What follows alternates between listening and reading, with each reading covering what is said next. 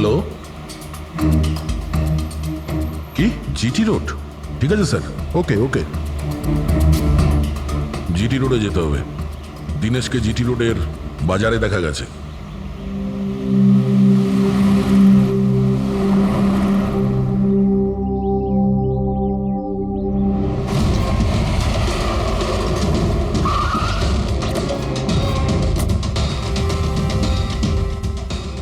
ভাই, এই লোকটাকে দেখেছো এখানে?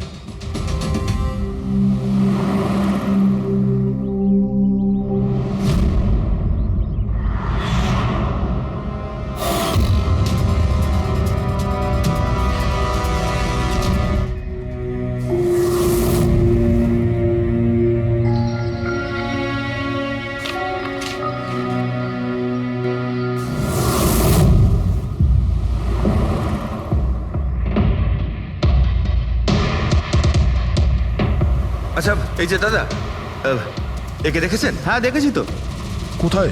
ওই তো ওখানে দাঁড়িয়ে রয়েছে। আগে? হ্যাঁ আগে। থ্যাঙ্কস থ্যাঙ্কস, চলো। মা, বাবা, আমায় ক্ষমা করে দিও।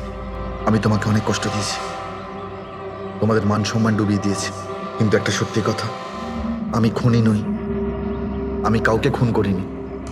আমি শুধু একটু টাকা ইনকাম করতে চেয়েছিলাম, কিন্তু আমি জানতাম আজ নয়তো কাল পুলিশ আমাকে ধরেই নেবে। এটা হওয়ারই ছিল।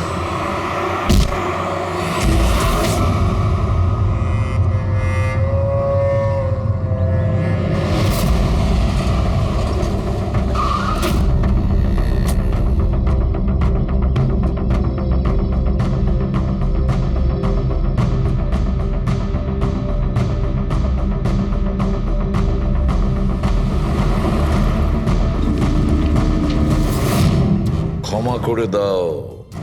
এই বদনাম নিয়ে বেঁচে থাকার থেকে মরে যাওয়া ভালো। স্যার, আমরা সিসিটিভি ফুটেজ চেক করে দেখেছি।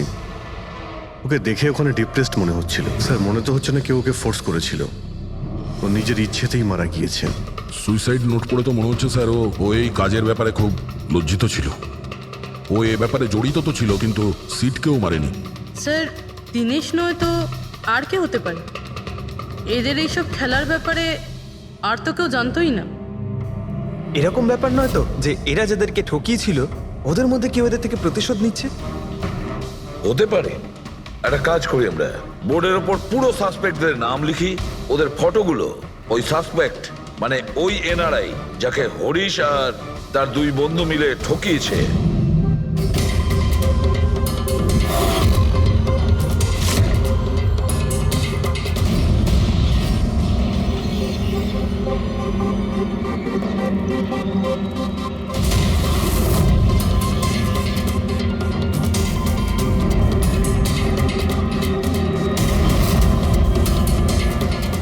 স্যার, এই হলো সেই সমস্ত লোকগুলো যারা এই কেসের সঙ্গে জড়িত। অভিজিৎ খোঁজ নিতে হবে খুনের সময় এরা কোথায় ছিল। পুরো ইনফরমেশনটা আমরা এয়ারপোর্ট ইমিগ্রেশন থেকে পেয়ে যাব। স্যার, এই ফটোগ্রাফে যে 8জন লোক আছে সেই সময় তারা ইন্ডিয়াতে ছিলই না। ইনফ্যাক্ট বেশিরভাগ লোকই এই ঘটনার পরে ইন্ডিয়াতে ফেরেইনি। শুধু এই 4 জন ছাড়া এই 3 জন সাক্ষী, বিক্রম, রণবীর, প্রীতম আর মিস্টার রানা। স্যার, এক্ষুনি আমি মিস্টার রানার বাড়িতে ফোন করেছিলাম, ওনার ওয়াইফ ধরেছিলেন। বললেন যে 3 বছর আগে উনি মারা গেছেন, আর 3 বছর আগে এরা ওনাকে ঠকিয়েছিল। উনি এই গিল্ট ফিলেই ভুগতেন যে ওনার সামনে কেউ খুন হয়ে গেছিল আর উনি কিচ্ছু করতে পারেননি, যার জন্য উনি নেশার কবলে পড়েন। আর তাহলে বাকি থাকলো 3 জন সাসপেক্ট, প্রীতম, রণবীর আর বিক্রম। প্রীতম আর বিক্রম এরা তো দেশের মধ্যেই ছিল, কিন্তু এই শহরে ছিল না। এবার এই রণবীরই শুধু বাকি থাকলো। রণবীর তো নিজেই ওখানে ছিল, ওই ফটোতেও ছবি আছে। হ্যাঁ স্যার, ও একই সাথে ব্যালকনি আর হল তাতে থাকতে পারে না। এটা অন্য কেউই হবে। তাহলে কে হতে পারে এই খুনি? পঙ্কজ, মিস্টার রানা 3 বছর আগে মারা গেছেন, ওনার পুরো ডিটেলসটা আমার চাই। স্যার,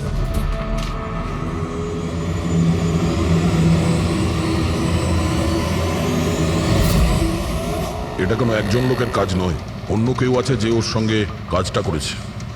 আমার তো মনে হচ্ছে যে খুনি আমাদের চোখের সামনেই আছে, শুধু আমরাই ওকে দেখতে পাচ্ছি না। ইয়েস, খুনি তো আমাদের সামনেই ঘুরছে। কি কথা বলেছো ফ্রেডি, সুপার। আমি স্যার, হ্যাঁ তুমি। খুনি সত্যি আমাদের চোখের সামনে ঘুরছে, কিন্তু আমরা ওকে দেখতে পাচ্ছি না। কিন্তু এখন আমি বুঝতে পেরে গেছি। হোটেলে যাই। হোটেল? হ্যাঁ হোটেল। থিওরি হিসেবে ওর হোটেলেই থাকার কথা।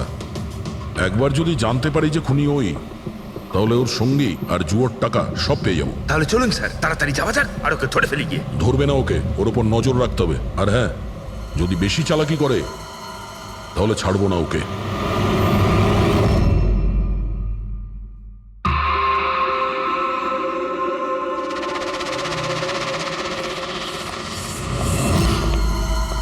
Excuse me. হ্যাঁ স্যার, আমি আপনার ফোন থেকে একটা ফোন করতে চাই। করুন স্যার। ওয়েল, আমার একটু প্রাইভেট কথা ছিল আর কি। এছাড়া কি আপনার কাছে অন্য কোনো ফোন আছে? স্যার ওইটাই চলে যান, ওটা থেকে কথা বলে নিন। Thank you. Thank you.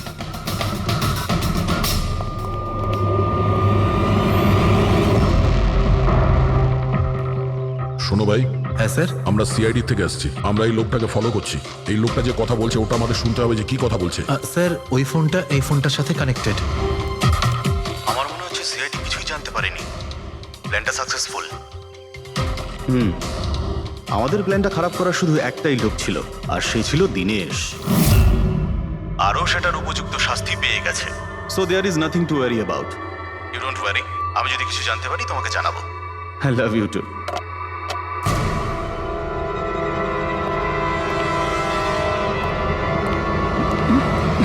এই,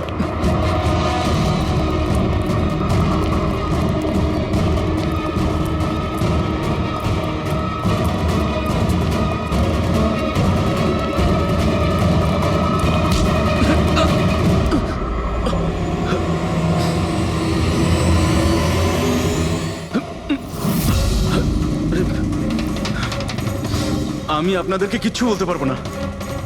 আমি এই ব্যাপারে কিচ্ছু জানি না। তুই কিছু বলিস আর না বলিস, তুই ফোনে যা কথা বলছিলি না ওটা আমরা সবাই শুনে নিয়েছি, বুঝলি? শুধু এটা বল, টাকা কোথায়? হ্যাঁ, দেখো, মুখ বন্ধ করে কেন নিজের জীবনের সর্বনাশ ডেকে আনছো? তোমার মঙ্গল এতেই, চুপচাপ যা জানো সব বলে দাও। টাকাটা ওর কাছে রয়েছে।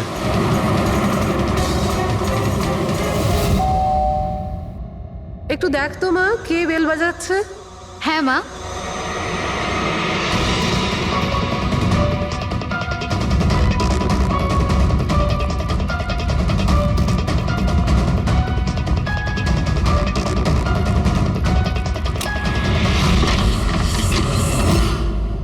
হাই, চিনতে পেরেছো? স্যার, মানসী। অ্যাকচুয়ালি আমরা আপনার বাড়ির তল্লাশি নিতে চাই। Search warrant. কি ব্যাপার, আপনারা কারা? সিআইডি। আমাদের কাছে আপনার বাড়ির তল্লাশির অর্ডার আছে। কিন্তু আমরা কি করেছি? আপনারা এখানে কেন এসেছেন? খুব তাড়াতাড়ি জানতে পারবে। হ্যাঁ, চেক করো।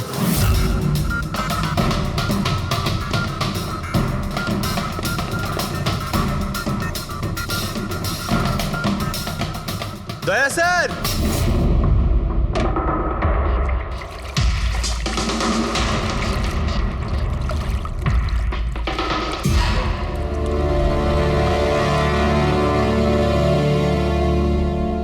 চলো। এই নোটগুলোতে রক্ত লেগে রয়েছে। ডিএনএ টেস্ট করলেই জানতে পেরে যাব যে এই রক্তটা সিডের, তাই না? এবার বলো, কিছু জিজ্ঞেস করবে? এখন এ জিজ্ঞাসা করবে না, আমরা জিজ্ঞাসা করব ব্যুরোতে। কিন্তু আপনারা আমাকে কেন সন্দেহ করলেন? শেষবার আমাদের মনে হয়েছিল যে দিনেশ খুনি, কিন্তু ও সুইসাইড করে প্রমাণ করে দিয়েছে যে ও খুনি নয়। মানুষই এটা কি চেনো? এটা তোমার ইউনিফর্মের কাপড়ের টুকরো। এটার কারণে আমরা তোমাকে সন্দেহ করছি, বুঝেছো? আর তারপর আমরা এইটা খোঁজ লাগালাম যে তুমি এরকম কাজ করলে কেন। আপনি জানতেন যে আমি এসব কেন করেছি? মিস্টার রানা, আপনার বাবা ছিল, রাইট? হ্যাঁ, উনি আমার বাবা ছিলেন, আর ওনার প্রাণ সিট আর ওনার সঙ্গীদের জন্য গেছে। উনি ওই ঘটনাটা কিছুতেই ভুলতে পারেননি, আর উনি একজন ডায়াবেটিসের রোগী ছিলেন। তারপরে উনি প্রচুর ড্রিঙ্ক করতে শুরু করে দিয়েছিলেন। উনি কি জানতেন এগুলো যা হচ্ছে সেগুলো সবই নাটক? না, উনি কিছুই জানতেন না। যদি এটা জানতেন তাহলে নিজের প্রাণ নিতেন না। উনি তো এই সব কিছুকে সত্যি মনে করতেন। ইউএসএ তে ছিলাম আমি, যখন মা আমাকে কল করলো। বাবার অবস্থা খুব খারাপ ছিল। যখন আমি ইন্ডিয়া আসলাম তখন উনি আমাকে বললেন যে আমাকে ওনার কোনো অসম্পূর্ণ কাজ পূর্ণ করতে হবে আর ওনার অপরাধীদের শাস্তি দিতে হবে।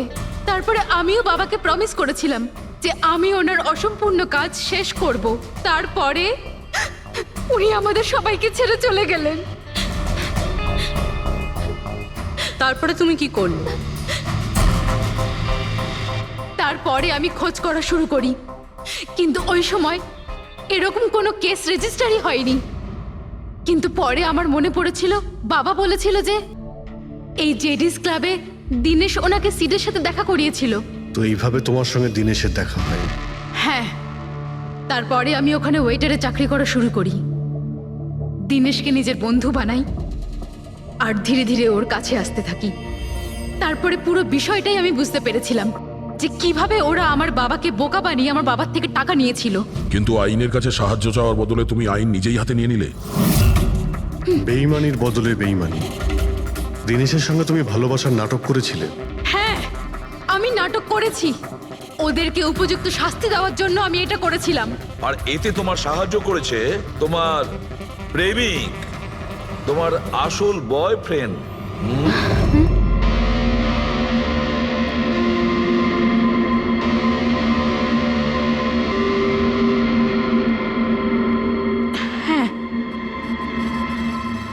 আমরা দুজনে মিলে প্ল্যান করেছিলাম।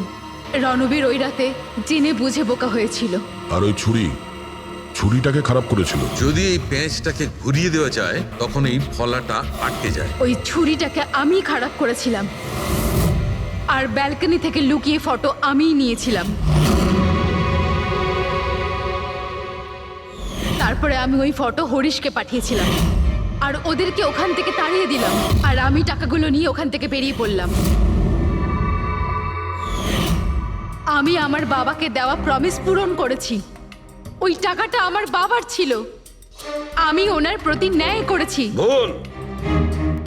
ওই ন্যায় বিচার করা তোমার কাজ নয়, সেটা করবে আদালত। তুমি আইন নিজের হাতে নিয়েছিলে আর একটা খুব মস্ত বড় অপরাধ করেছো। আইন তোমাকে কঠোর থেকে কঠোরতম শাস্তি দেবে। তোমাদের দুজনকে কঠোর শাস্তি দেবে। আমাকে হারানো আজ তোমাদের পক্ষে সম্ভবই নয়। সম্ভব না, তাই না? হ্যাঁ, দাঁড়া দেখাচ্ছি।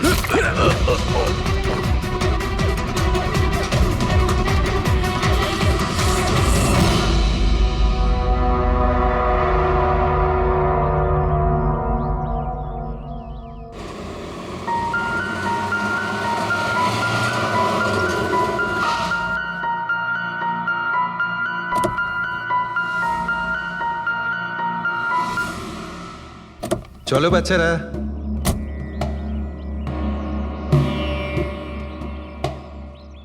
ভীষণ ক্লান্ত লাগছে, এত লম্বা ড্রাইভ। হেমন্ত, তুমি তো জানো আমরা ভ্যাকেশনে এসেছি, তাহলে কিছুদিন তুমি বিশ্রাম করে নিও। ওকে বাবা, ঠিক আছে, দরজা তো খোলো, আমি লাগেজগুলো নিয়ে আসছি। হ্যাঁ। এসো।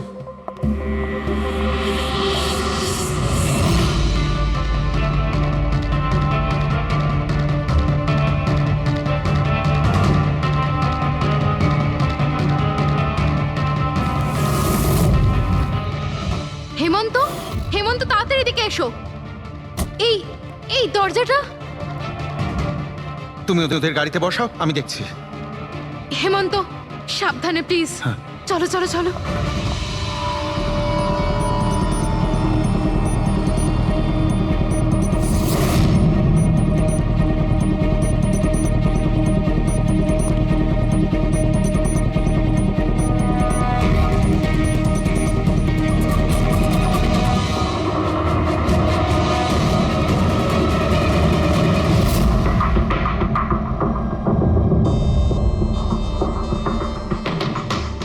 তিন চারবার আঘাত করেছে ছুরি দিয়ে। লাশ খুব একটা পুরনো নয়, মনে হচ্ছে কাল রাতে খুন হয়েছে এর। জুয়া খেলার সময় মারা গিয়েছে। এই 5টা গ্লাস পড়ে আছে এখানে, আর এই 5টা ভাগে তাস বাটা আছে। মনে হচ্ছে এছাড়া আরো 4 জন ছিল, ওদের মধ্যে কেউ একজন মেরেছে একে। বাইরে থেকেও কেউ আসতে পারে। পুরবী পঙ্কজ, একটু দেখো তো এই জালনা কিংবা দরজা ভাঙা নেই তো? মিস্টার হেমন্ত, এই লোকটা কে? না স্যার, আমি তো এনাকে আগে কখনো দেখিও নি। এই লোকটা আপনার ঘরে মরে পড়ে আছে আর দেওয়ালের চারিদিকে ওর ছবি লাগানো আছে। এটা কি করে সম্ভব? একজন অচেনা লোক আপনার এই হলিডে হোমে এসে তাস খেলছে, মারা গেছে। How it possible?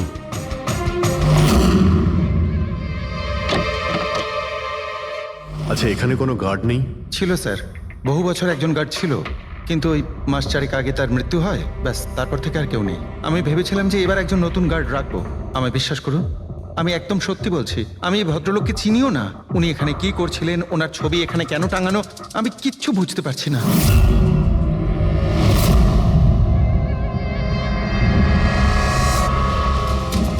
Pankaj,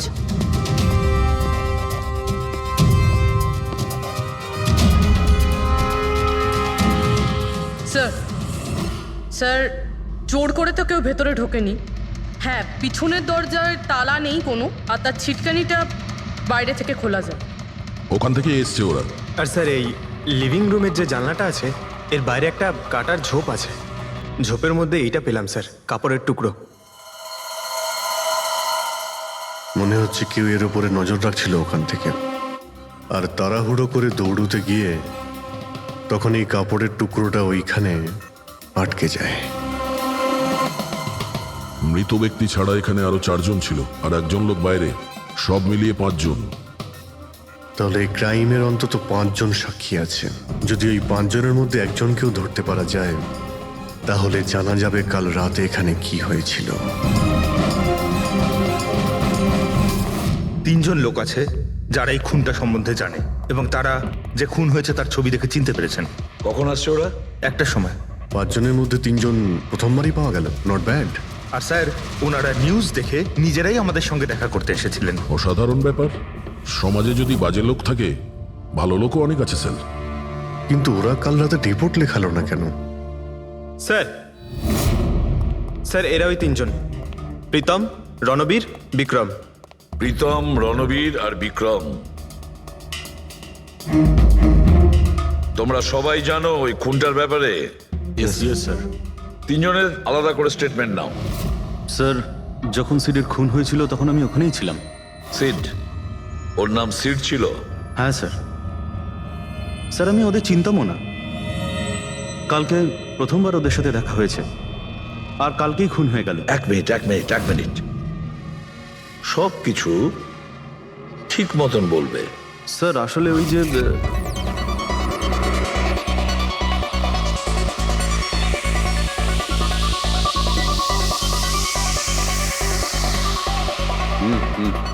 sure sir. কি হয়েছে স্যার? আপনি বোর হচ্ছেন? ক্লাবে ভালো লাগছে না আপনার? ক্লাব? তুমি এটাকে ক্লাব বলছো? মনে হচ্ছে ক্লাব তুমি দেখোইনি। স্যার, আপনি এখানে নতুন এসেছেন, এই শহরে প্রথমবার এসেছেন? হ্যাঁ, নিউ ইয়র্কে থাকি। একটা কাজের জন্য ইন্ডিয়াতে এসেছি।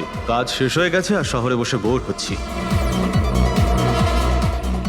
আপনার বোর্ডন দূর করার একটা রাস্তা আছে আমার কাছে। রিয়েলি? কি? একটু এক্সপেন্সিভ। সেটার চিন্তা তোমায় করতে হবে না। কি রাস্তা আছে সেটা বলো। ভেবে দেখুন স্যার, লাখ টাকার ব্যাপার, আর রিস্কও আছে। জোকিং? রিস্ক নেওয়া আমার হবি, আর সেটা যদি হয় টাকার, সেটা আমার কাছে অনেক আছে। কাজটা বলো। সুপার দেন। তুমি কি ধরনের জোকিং এর কথা বলছো? এরকম কোনো ব্যাপার নেই স্যার, শুধু জুয়া খেলতে হবে। লাখ টাকা, জিতে গেলে মালামাল, আর হেরে গেলে কঙ্কাল। আর এমনিতেও আপনার টাকার তো কোনো চাপ নেই। তাহলে চলুন আমার সাথে, কাম। যাচ্ছ কোথায়? এক ভদ্রলোকের বাড়ি। ভদ্রলোকের বাড়ি? কে ভাই? ওই যে দেখতে পাচ্ছেন, ব্ল্যাক জ্যাকেট, হোয়াইট শার্ট। তাহলে ওই বারটেন্ডার তোমাকে ওর বাড়িতে নিয়ে গিয়েছিল, তারপর তারপর কি হয়েছিল? না স্যার, ও সিডের বাড়ি নিয়ে যায়নি, ও সিডের সঙ্গে পরিচয় করায়, তারপর আমরা সিডের বাংলোতে যাই।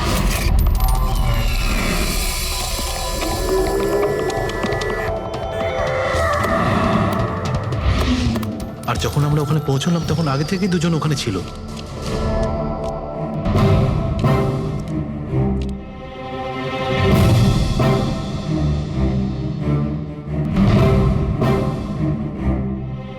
এই রইল আমার 2 লাখ টাকার চাল।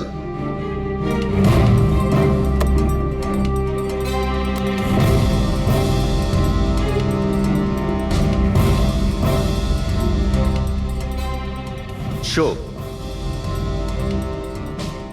দেখা,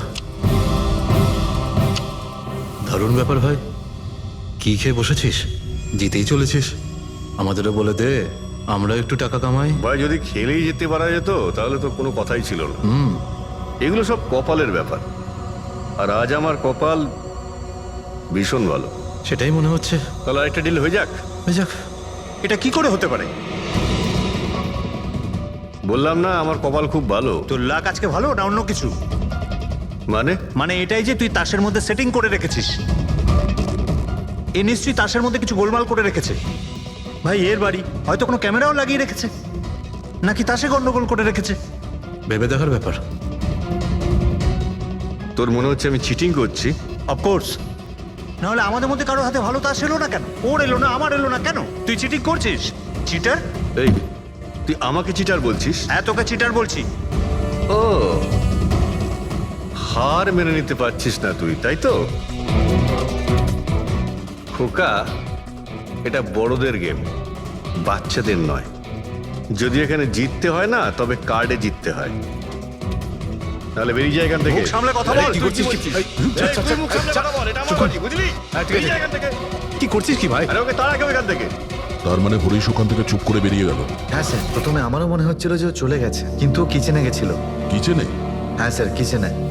যখন ও কিচেন থেকে বেরোলো তখন ওর হাতে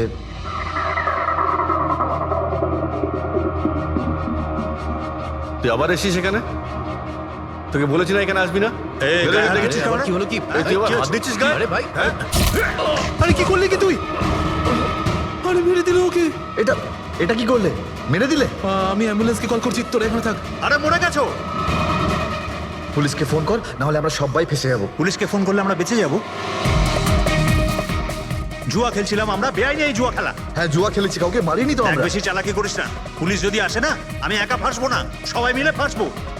সেভ একটা কাজ করতে পারি, তোরা এখান থেকে যা, আমি কাজটা খতম করে আসছি। তোমরা কত টাকা হেরেছিলে? স্যার, 30 লাখ।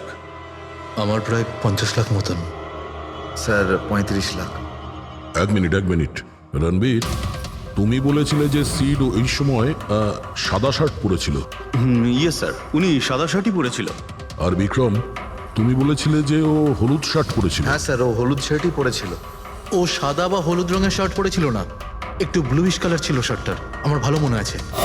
কিভাবে সেটা হয়? আমরা যখন লাশটাকে পেয়েছিলাম তখন ও হোয়াইট কালারের শার্ট পরেছিল, আর রণবীরও তো এই একই কথা বলছে। এটা কিভাবে সম্ভব?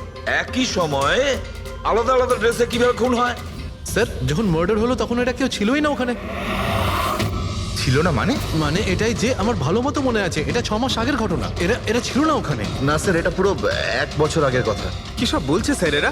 ফোন তো কাল রাতে হয়েছে, তাই না? এক্স্যাক্টলি, খুনটা গতকাল রাতেই হয়েছিল, আর সেই সময় উনি সাদা রঙের শার্টই পরেছিলেন। এক মিনিট, এসব তোমরা কি বলছো? কাল রাত, 6 মাস, 1 বছর আগে? হ্যাঁ স্যার। আই হোপ তোমরা একটা লোকের মার্ডারের কথা বলছো যা কাল রাতে হয়েছিল, তাই তো? আর তোমরা বলছো এই দুজন ছিল না মার্ডারের সময়? স্যার, এরা দুজন ওখানে ছিল না। আমি যে মার্ডারের কথা বলছি সেটা 6 মাস আগে হয়েছে। স্যার, খুনটা কাল রাতেই হয়েছিল, আর সেই সময় যারা ছিল সেই দুজন অন্য কেউ ছিল, ওরা তখন ওখানে ছিল না।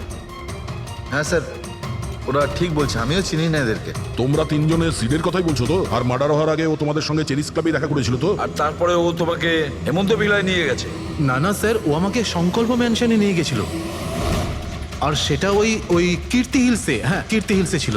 না স্যার, ও আমাকে ইয়াশ হাউসে নিয়ে গেছিল, যেটা কার্টিস রোডে রয়েছে। একটাই লোক তিনবার 3 জায়গায় 3 রকম আলাদা আলাদা জামা কাপড় পরে কি করে মরতে পারে? হ্যাঁ সালুকে বলো। আচ্ছা ঠিক আছে, ওকে। অজিত, সালুকে কোনো সূত্র খুঁজে পেয়েছে।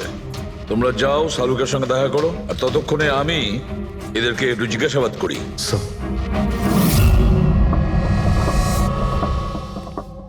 হ্যাঁ এসো এসো ভাই এসো, দেখো আমি কি পেয়েছি। আরেকটা কথা বলতে হবে, এই কেসটা বড় অদ্ভুত। হ্যাঁ ডক্টর সালুকে, কেসটা তো খুবই অদ্ভুত, আর যেগুলো আমরা জানতে পেরেছি ওগুলো। আরে না ভাই, ওইটাও তো অদ্ভুত নয়, আমি যেটা তোমাদের বলতে যাচ্ছি সেটা অদ্ভুত। হ্যাঁ কি হলো, তুমি এদিক ওদিক কি দেখছো? কিছু না। ঠিক তো? না না, আমি আপনার কথাই শুনছি। কি বলছেন স্যার? ও আচ্ছা আচ্ছা, হ্যাঁ তো আমি কি বলছি, ও হ্যাঁ অদ্ভুত। দেখো আমি এর রক্তের সঙ্গে সঙ্গে রক্তের মতো আর একটা জিনিস পেয়েছি। রক্তের মতো? স্যার স্যার আপনার সন্দেহ একদম ঠিক ছিল, এটা ডাই ছিল। আরে সারিকা, তুমি এসে গেছো? মানে আমি বলতে চাইছি, কি বলছো তুমি? লাল ডাই কি করে? আরে বাহ, কনসেন্ট্রেশন ফিরে পেয়েছো তুমি। আরে আমার কনসেন্ট্রেশন কোথায় গিয়েছিল? তোমরা সব সময় না আমার পিছনেই পড়ে থাকো। ও আচ্ছা আচ্ছা। আমি সিডের বডি থেকে এই প্লাস্টিক ব্যাগটা পেয়েছি। এই ব্যাগ ওর শার্টের ঠিক নিচে ওর বডির সাথে টেপ দিয়ে আটকানো ছিল,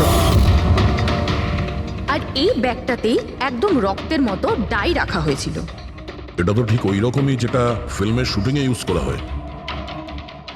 বা হয়তো নাটকে। নাটক? হ্যাঁ নাটকে। যতদূর আমরা জানতে পেরেছি তাতে এটা পরিষ্কার যে সিড একজন ঠক ছিল। সিডা তার সঙ্গীরা মিলে জুয়া আর মার্ডারের নাটক করে লোকেদের ঠকাতো। তার মানে এসবের মধ্যে ওই বারটেন্ডারও যুক্ত ছিল। ও জেনে বুঝে বড় লোকদের ফাঁসিয়ে এখানে এই কার্ড পাঠিতে পাঠাতো, আর তারপরে এই মার্ডারের নাটক।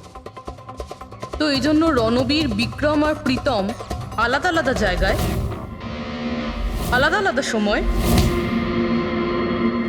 এর মার্ডার দেখেছে। আর ওরা এসব অনেক আগে থেকেই করছে, কিন্তু কাল রাত ওদের নাটক বাস্তবে পরিণত হয়। প্রতিবারই একটা নতুন বাংলো, নতুন লোক ঠকানোর জন্য। আর বাকি সব সেম, একই খেলা, একই ঝগড়া, আর সেই একই সিটের মার্ডারের নাটক। লোকেদের কাছ থেকে টাকা নিয়ে পুলিশ কেসে নামে লোকেদের ভয় দেখিয়ে বের করে দেওয়া, সব কিছু সেম টু সেম। প্ল্যান তো খুব ভালো ছিল, কিন্তু কালকে হঠাৎ মার্ডার কি করে হয়ে গেল? কারণ কালকে রাতে একটা গন্ডগোল হয়েছে। মানে? 1 মিনিট।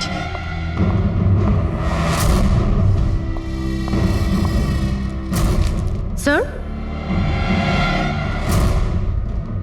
আর এই হচ্ছে ছুরি। এই ছুরিটাও সেই রকমই নকল যেমন এই রক্তটা। যদি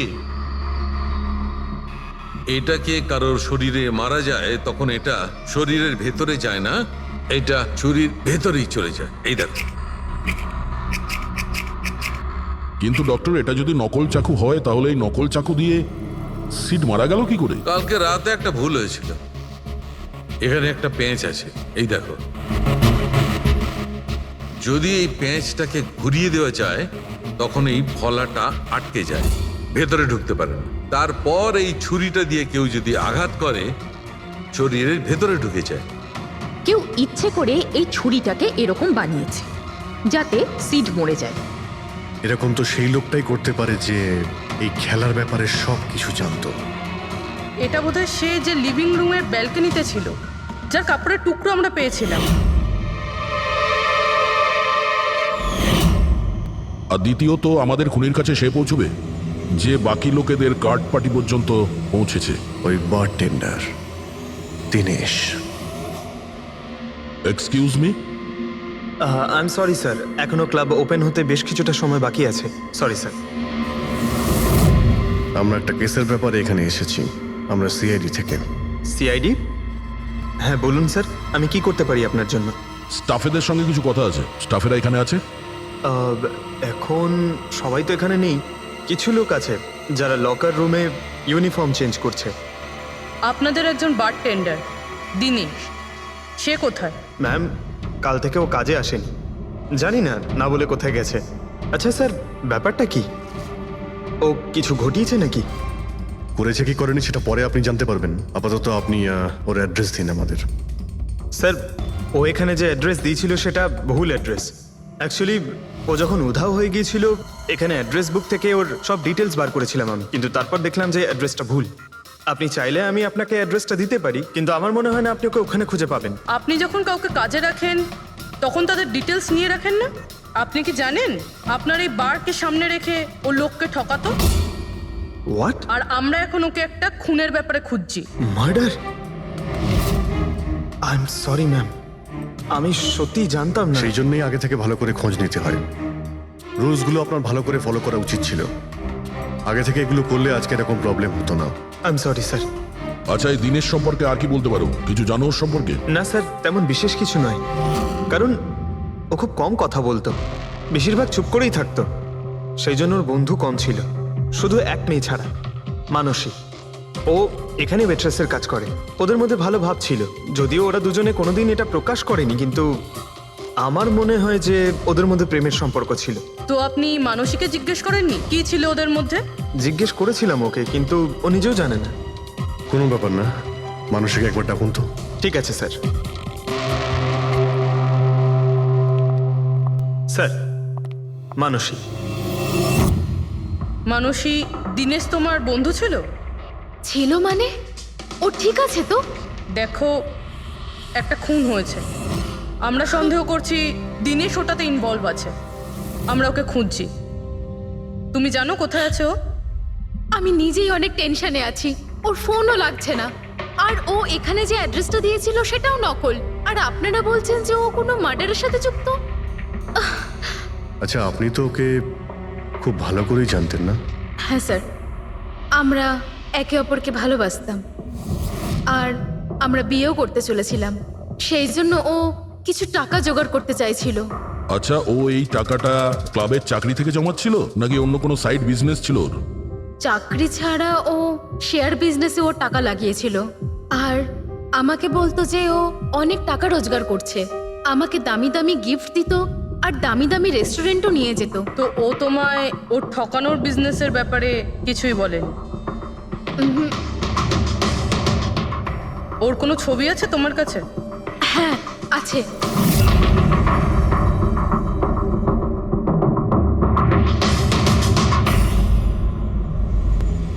স্যার, এই দিনেশ তো নিরুদ্দেশ, কিন্তু ওর ছবি আমরা পেয়েছি।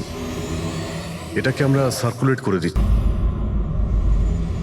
স্যার, এই দিনেশ তো নিরুদ্দেশ, কিন্তু ওর ছবি আমরা পেয়েছি। এটাকে আমরা সার্কুলেট করে দিচ্ছি। হ্যাঁ, করাও অভিজিৎ, করাও। তিনজনের স্কেচ তো করা হচ্ছে।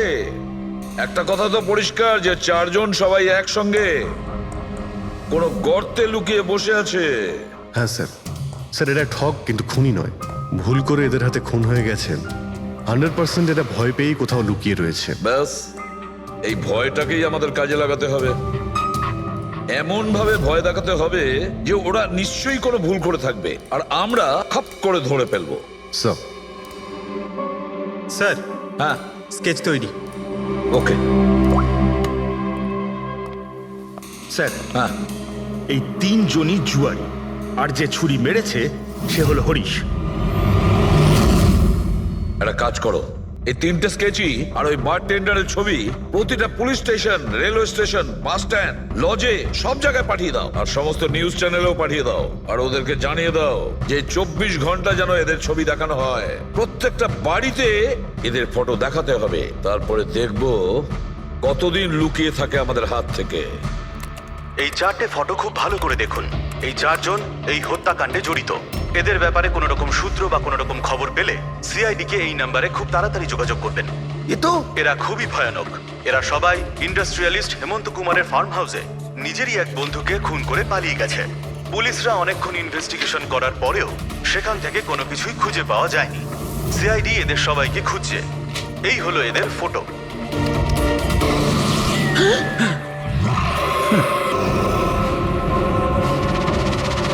ভাই শোন না, ম্যাচটা চালু কর না, ম্যাচ হচ্ছে। এরা সবাই ইন্ডাস্ট্রিয়ালিস্ট হেমন্ত কুমারের ফার্ম হাউসে নিজেরই এক বন্ধুকে খুন করে পালিয়ে গেছে। সিআইডি এদের সবাইকে খুঁজছে। এই হলো এদের ফটো। দেখলি তুই, এরা তো সবকিছু জেনে ফেলেছে। ভাই ছবি টবি সব দেখাচ্ছে, সমস্ত ডিটেলস দেখাচ্ছে। বাজেভাবে ফেসে যাবো ভাই এসবে। হাসবো তো বটেই, আমি তোদের আগেই বলেছিলাম যে চল পালিয়ে যাই, কিন্তু তোরা তো শুনলেই না। এবার এবার পুলিশ আসবে, সব জায়গায় খোঁজ করবে, আর তখন আরে এখনো এখনো এখনো অনেক সময় আছে, চল পালাই। এই ব্যাগ তোলা, সবাই মিলে পালাই, চল।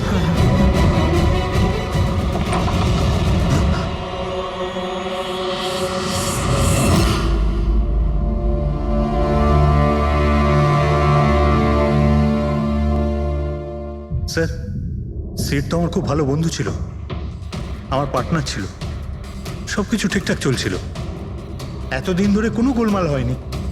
ওই রাতে কি যে হলো, আমি তো অন্যান্য বারের মতোই নকল ছুরিই মেরেছিলাম, কিন্তু মানে মানে জানি না কিভাবে কিভাবে মরলো, আমি জানি না। এও জানে না। ওসব নাটক বন্ধ করো আর সত্যি করে বলো। বলো। স্যার, আমরা ধনী আর এনআরআই লোকদের বোকা বানিয়ে ঠকাতাম, আর দিনেশ ওই জেডিস ক্লাব থেকে এই ধরনের বোকাদের সিডের কাছে আনতো। তারপর আমরা সেই বড় লোক এনআরআই লোকগুলোকে কোনো খালি নির্জন বাংলোয় নিয়ে যেতাম, যেটা আমরা প্রথম থেকেই সিডের বাংলোর মতো সাজিয়ে রাখতাম। হ্যাঁ স্যার, আমার একটা বিজনেসও আছে স্যার, রিয়েল এস্টেটের বিজনেস। তাই স্যার এই কাজের জন্য এরকমই খালি শুনশান বাংলোর খোঁজ করতাম আমি স্যার, আর তারপর অ্যাভেলেবেল করাতাম এই কাজের জন্য স্যার। স্যার প্রথমে আমরা মুরগিকে জিততে দিই, আর তারপর যখন সে ভরসা পেয়ে যায় তখন সিট জেতা শুরু করে দেয়। এই সব কিছুর প্ল্যান থাকতো স্যার, সিট জিততেই থাকতো, আর আমি আর ওরা আমার মধ্যে ঝগড়া শুরু হতো, আর আমি রেগে গিয়ে ওকে খুন করে দিতাম, মানে মিথ্যে করেই। এসব দেখে ধনী এনআরআই লোক ঘাবড়ে যেত আর ওদের টাকা পয়সা ফেলে পালিয়ে যেত। উঠে পর, নাটক শেষ, চলে গেছে ও।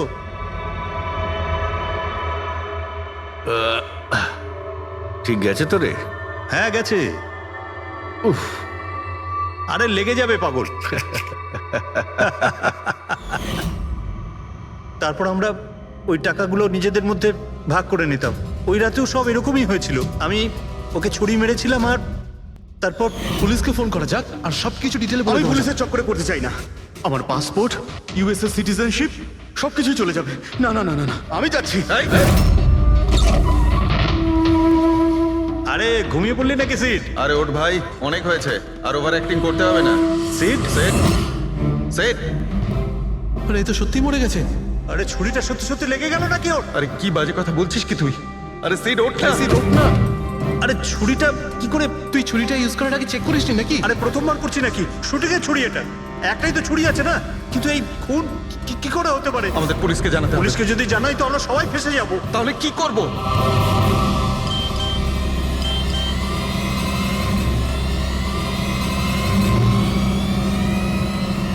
তোর খেলাটা ভেস্তে গেছে ভাই। কি? এই এই দিকটা দেখ, এই দেখ ফটো আছে।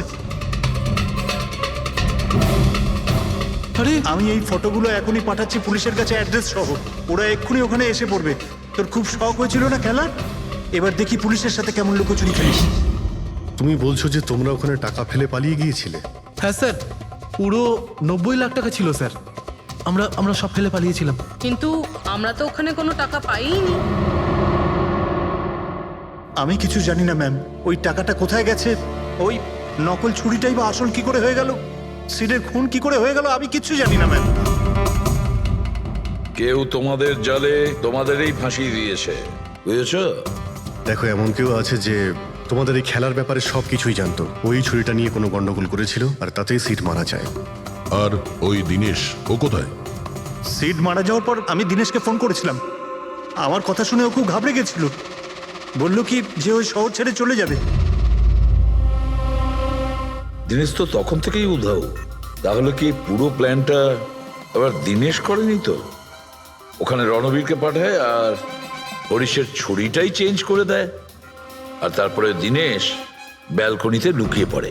আর ওখান থেকে দিনেশ ফটো তুলেছে স্যার, আর হরিশকে পাঠিয়েছে, আর তারপর বলেছে যে পুলিশ আসছে, তাই এরা সব ভয় পালিয়ে গেছে। 90 লক্ষ টাকা ছেড়ে পালিয়ে গেছে। তার মানে দিনেশ আমাদের সাথে বেইমানি করেছে?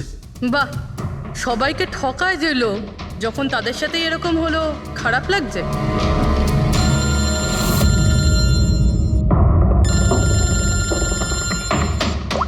হ্যাঁ বলো সালুকে।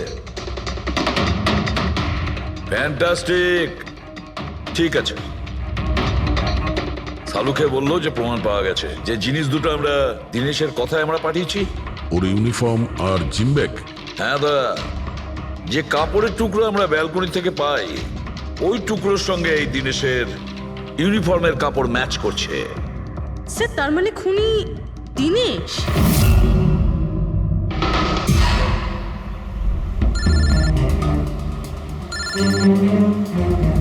ACP sir,